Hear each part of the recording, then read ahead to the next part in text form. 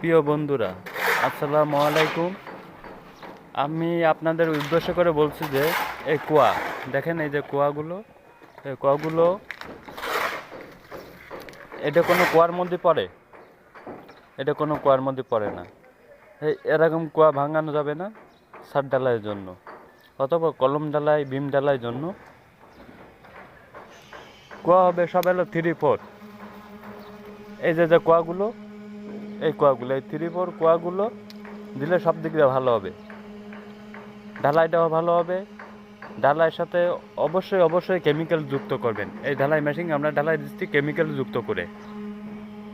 আর পানি দিয়ে এই রাবিশগুলো, এই যে রাবিশ, ছোটো ছোটো রাবিশ, এই রাবিশগুলো, এর ভিতর ডাস্ট আছে, ডাস্টগুলো আপনারা করতে হবে, পানি দিয়ে নিচে নামাই দিতে হবে।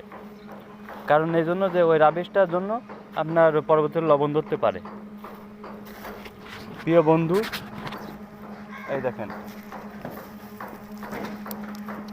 আপনাদের যেটা বলতেছি, আমরা ঢালাই দিতে আজকে কলম ঢালাই কেমিক্যাল দিয়ে। দেখুন,